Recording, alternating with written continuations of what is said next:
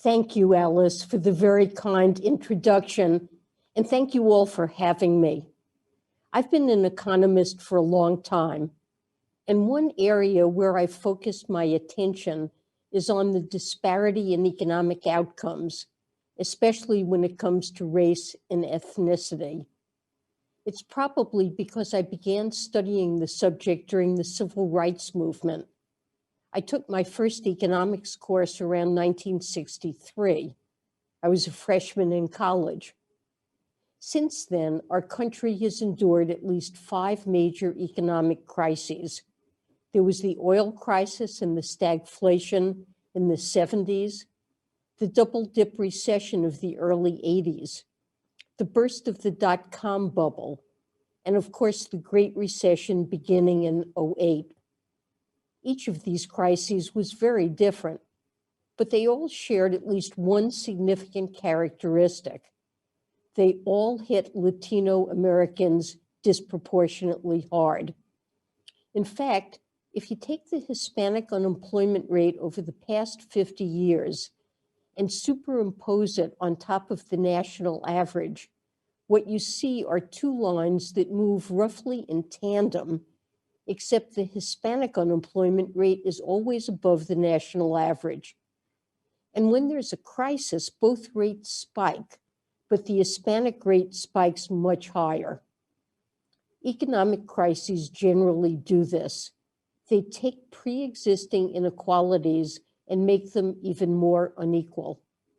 To me, it's one of the most pernicious effects of a struggling economy, and it's something the president and I wanted to prevent from happening again. After all, the 5th crisis, the one I haven't mentioned yet, is the current one. It's the pandemic. If someone tried to design an economic crisis that would unduly target the Hispanic community, they'd probably come up with something that looks a lot like COVID-19. The 5 sectors the pandemic was most likely to slow or shut down accounted for 50% of revenues for Latino-owned businesses. They accounted for 65% of all Latino employment. As this organization knows far better than I do, there was immense pain, and it cascaded down into higher rates of joblessness, into more Hispanic families late on their mortgages and their rent, into hunger. 1 in 5 Latino households still say they don't have enough food to eat.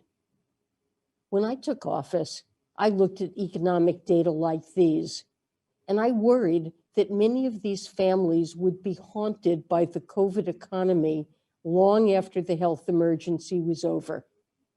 We know that when the foundations of someone's life collapse, when they lose a small business or the ability to eat dinner every night, it can weigh them down permanently. Their ability to earn is forever lowered. It's a phenomenon called economic scarring, and I worried this would happen on a mass scale. That's why the president and I had been so insistent that we deliver more relief, and now we are. On March 11th, the president signed the American Rescue Plan into law.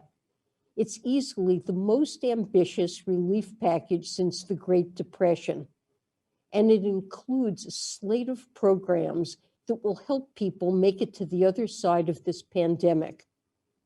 There's funding to immunize people, to help people with their rent and mortgages, and to send $1,400 checks to most families in the country.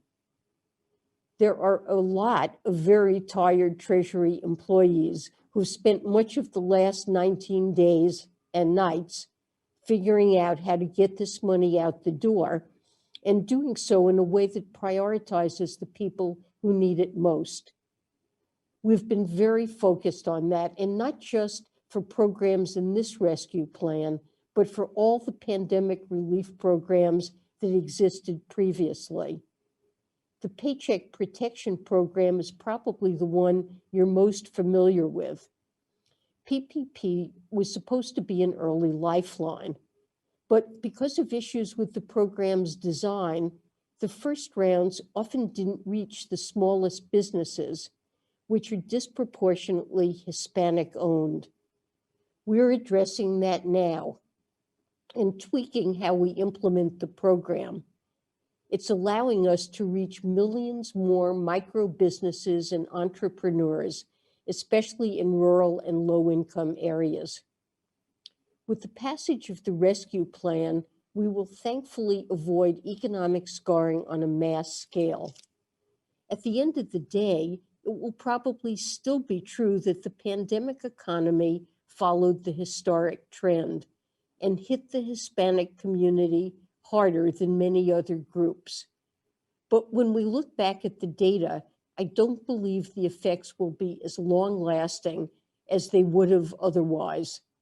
I think people will be ready to bounce back. In fact, I expect we'll be back at full employment by next year. And if history is any guide, Hispanic-owned businesses will drive a large portion of the recovery. From 2007 to 2012, years that roughly track the Great Recession and the immediate rebound, the number of Latino-owned businesses grew by 3.3%. Doesn't sound like much until you see that during the same period, non-Latino-owned businesses declined by 3.6%. And after 2012, the number of new Latino-owned businesses grew at more than twice the national average. I want you to know, I'm confident Hispanic entrepreneurs can lead us out of a crisis again. I know Hispanic workers can power our recovery, potentially in an even bigger way than a decade ago, so long as we remove some of the long-standing barriers that have been in your way.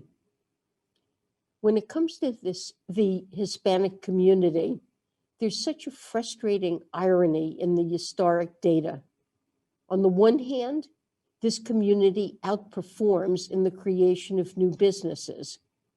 On the other, you have less access to capital to create and grow them in the first place. One study looked at national banks and their loan approval rates for white and Latino-owned firms.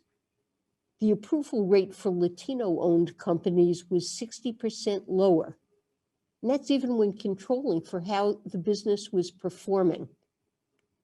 We know that Latinos, and especially Latinas, are overrepresented in the ranks of essential workers, the people who've kept our country afloat this past year.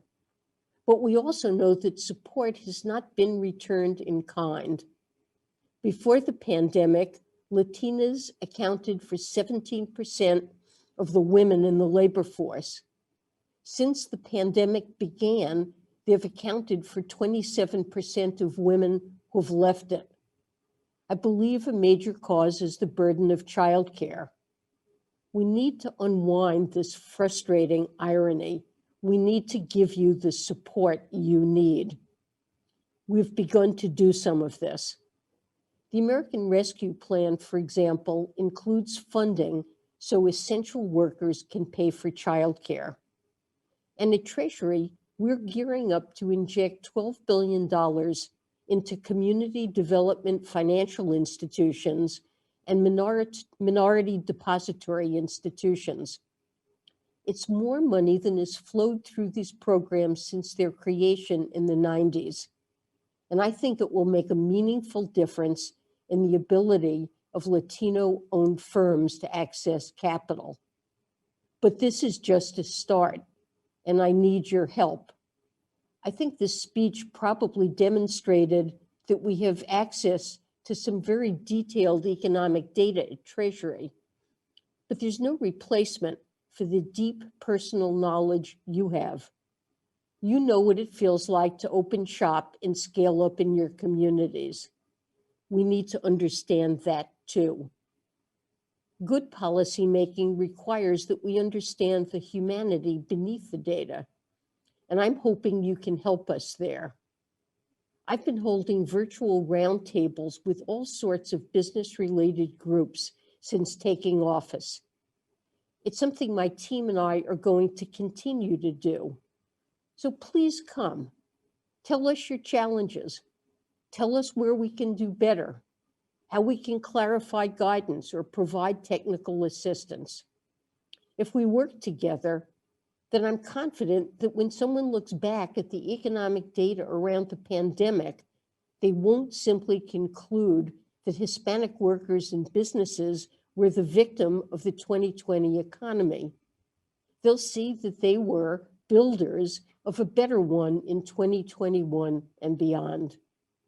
Thank you.